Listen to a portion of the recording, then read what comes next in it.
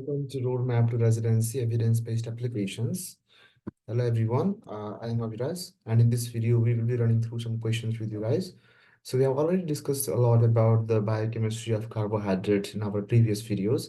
So in this video we will be going through some questions about glycolysis, glycogen metabolism, gluconeogenesis and all. So here we have a question. A healthy 24-year-old coal mine worker is trapped underground following partial collapse of an access shaft. Rescue forces are directed toward clearing the obstructed tunnel, but it takes 2 days to reach him. While being taken to the surface, the miner tells rescuer that he feels dizzy and weak. He had an emergency supply of water, but has not eaten anything over the 30 hours. Fingerstick blood glucose concentration is 78. Which of the following biochemical reaction is most likely responsible for maintaining this patient's current blood glucose level? Acetoacetyl-CoA to 3-hydroxy-3-methyl glutaryl-CoA, acetyl-CoA to palmitic acid, fructose 6-phosphate to fructose 1,6-bisphosphate, glycogen to glucose 1-phosphate, or oxaloacetate to phosphoenol pyruvate. So let's talk about the important gluconeogenic substrate and steps. So here we can see that the reverse pathway. Okay, so first there is a reverse pathway. So glucose convert into phosphoenol pyruvate, convert into pyruvate, which converts to oxaloacetate. Okay, which can either convert to malate. Okay, through the citric acid cycle, and then the malate goes through the malate shuttle to form move outside the nucleus, or to move to move outside the mitochondria into the cytosol. So here is the malate. So malate from the malate shuttle has moved towards the cytosol. So malate again then gets converted to oxaloacetate, and through the phosphoenol pyruvate carboxykinase, it forms phosphoenol pyruvate.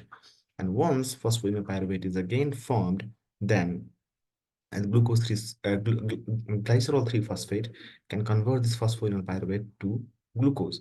And this is the important gluconeogenic steps and all, okay, that we need to remember. Now, there are some glucogenic amino acids like glutamine and other amino acids like lactate and alanine. So lactate, alanine, glutamine, these all are the glucogenic amino acids. So the two major processes that maintain a plasma glucose between meals are glycogenolysis and gluconeogenesis. So the glycogenolysis is the primary source of glucose for the first 12 to 18 hours of fasting. And once hepatic glycogen stores become depleted, the gluconeogenesis becomes the major process used by the body to keep blood glucose levels within the normal range. Now, during gluconeogenesis, the glucose is formed from lactate, glycerol, and glucogenic amino acids. And this process uses many of the enzymes involved in glycolysis. However, hexokinase, phosphofructokinase, and pyruvate kinase are unidirectional and must be bypassed by distinct gluconeogenic enzymes. So the first committed step of gluconeogenesis is the biotin-dependent carboxylation of pyruvate to oxaloacetate by mitochondrial pyruvate or carboxylation. The oxaloacetate is subsequently converted to malate by malate dehydrogenase to facilitate exit from the mitochondria, and then is converted back to oxaloacetate by cytosolic malate dehydrogenase, malate shuttle. Now, in the cytosol, the phosphoenol pyruvate carboxykinase converts the oxaloacetate to phosphoenol pyruvate. Therefore, the pyruvate carboxylase and phosphoenol pyruvate carboxykinase work together to bypass the pyruvate kinase. Now, the other two unique gluconeogenic enzymes are fructose 1,6-bisphosphatase and glucose 6-phosphatase. So, fructose 1,6-bisphosphatase bypasses phosphofructokinase, and glucose 6-phosphatase bypasses the hexokinase. So, an 8-year-old boy is evaluated for exercise intolerance. The patient experiences fatigue, muscle pain, and cramps during exercise, as well as severe muscle stiffness following strenuous activity. Physical examination is unremarkable. A forearm ischemic exercise test is performed by applying a blood pressure cuff on the patient's exercising forearm and sampling blood lactate several minutes after the exercise. The patient's blood samples show no rise in lactate levels. Biochemical analysis of a muscle biopsy reveals absent lactate dehydrogenase activity. Now, in this patient, strenuous exercise leads to inhibition of glycolysis in the skeletal muscle due to intracellular depletion of which of the following substances: AMP, carnitine, citrate, FADS2, NAD+, or pyruvate. So the glucose gets converted to glycerol 3-phosphate, which can get converted to 1,3-bisphosphoglycerate. and then it gets converted to pyruvate. Now, this pyruvate either can go towards the TCA cycle through the acetyl-CoA, or can go towards towards to form lactate by lactate dehydrogenase in case of anaerobic respiration. So in glycolysis, the glucose is metabolized to pyruvate, and under aerobic conditions, the pyruvate is converted to acetyl-CoA to enter the tricarboxylic acid cycle, or the TCA cycle. Now, when oxygen is depleted, example in exercising muscle, the pyruvate is converted to lactate. That is in case of anaerobic glycolysis. So during a glycolysis, the glyceraldehyde 3-phosphate is converted to 1,3-bisphosphoglycerate by the enzyme G3P dehydrogenase. Now, this enzyme reduces the NAD plus to NADH. Now, this NAD plus is present in limited amounts in muscle, and it must be regenerated from NADH for glycolysis to continue. Under aerobic conditions, the NAD plus is converted to NADH in the TCA cycle. NADH is then reconverted to NAD plus in the electron transport chain as the energy in NADH is utilized to synthesize ATP. Now, in anaerobic glycolysis, the NAD plus is regenerated from NADH when pyruvate is converted to lactate via lactate dehydrogenase. Now, in patients with lactate dehydrogenase deficiency, glycolysis is inhibited to strenuously exercising muscle as muscle cells cannot regenerate NAD plus.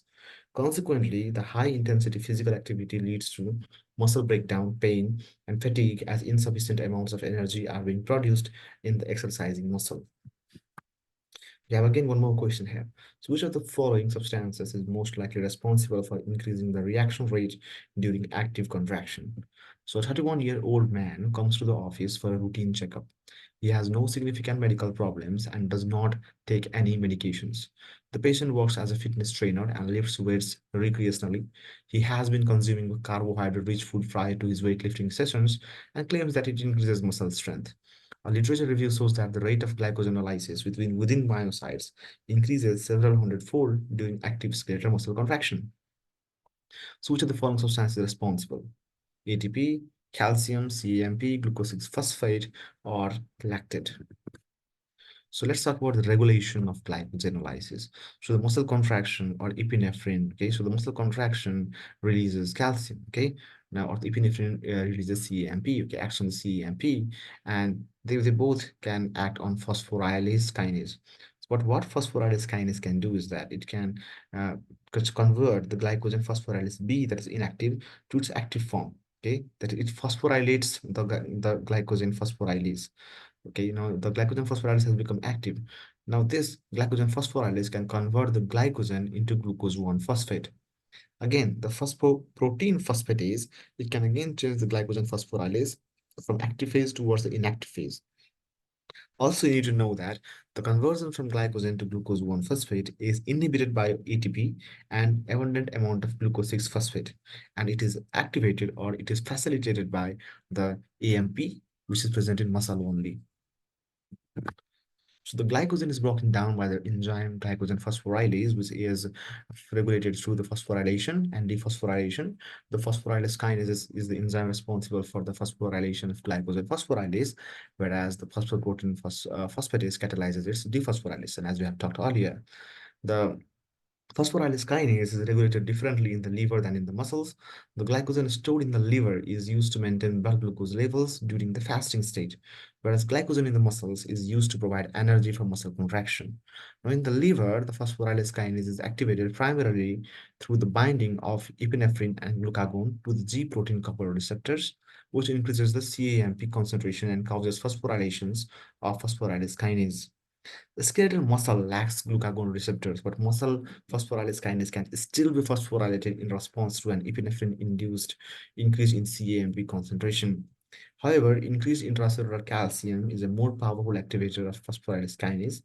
Release of cytoplasmic calcium stores following neuromuscular acetylcholine stimulation allows for synchronization of skeletal muscle contraction and glycogen breakdown, providing the energy necessary for anaerobic muscle contraction. So this is the basic step of glycogenolysis. So the muscle glycogen acts, or it gets acted upon by the glycogen phosphorylase to form glucose 1-phosphate. Now, phosphoglucomutase converts glucose 1-phosphate to glucose 6-phosphate. Now, this glucose 6-phosphate it can be acted upon by glucose 6-phosphatase to form glucose. So there are some impairments in glycogenolysis, right? So the 1,4-alpha glycosidic bone and 1,6 alpha glycoside bond is present there in the glycogen molecule, and the glycogen phosphorylase then that just breaks the the alpha glycoside bond until there is formation of limit dextrin, which means that until the formation of limit dextrin, so after the formation of limit dextrin, it can no longer break the glycogen. Now then you have to remove these branches. So that is done by the debranching enzyme. Okay. Now once these branches are removed, then this glycogen molecule is acted upon by glycogen phosphorylase to form glucose 1-phosphate, and which can again get converted into glucose 6-phosphate, and that can go to form glucose. Now there are some impairment in glycogenolysis. So the type 1 is the von Gecky disease, which is the deficient enzyme glucose 6-phosphatase. So if there is deficient glucose 6-phosphatase, which means that glucose is getting accumulated, okay, in the or glucose 6-phosphate is being accumulated in the liver. So it can cause hepatomegaly, fasting hypoglycemia, lactic acidosis, hyperuricemia, and hyperlipidemia. Type 2 is the Pompe disease. So Pompe disease is a deficiency of acid alpha um, glucosidase. Okay, so that's why it can. So in this, since there is this pathway is intact, there will be normal glucose level, but there can be severe cardiomegaly and glycogen accumulation in the lysozymes or the lysosomes. So this is the lysosomes. So type 3 is the Cori disease. So Cori disease is the deficiency of the debranching enzyme. Now you know that whenever there is deficiency of debranching enzyme, the glycogen gets accumulated into the liver, and it can cause hepatomegaly and ketotic hypoglycemia. So please remember this specific word, ketotic hypoglycemia. So type 5 is the myocardial disease, wherever there is a deficiency of the muscle phosphorylase, and there is weakness and fatigue with exercise, but there is no rise in the blood lactate levels after the exercise. Thank you for watching. Keep studying hard.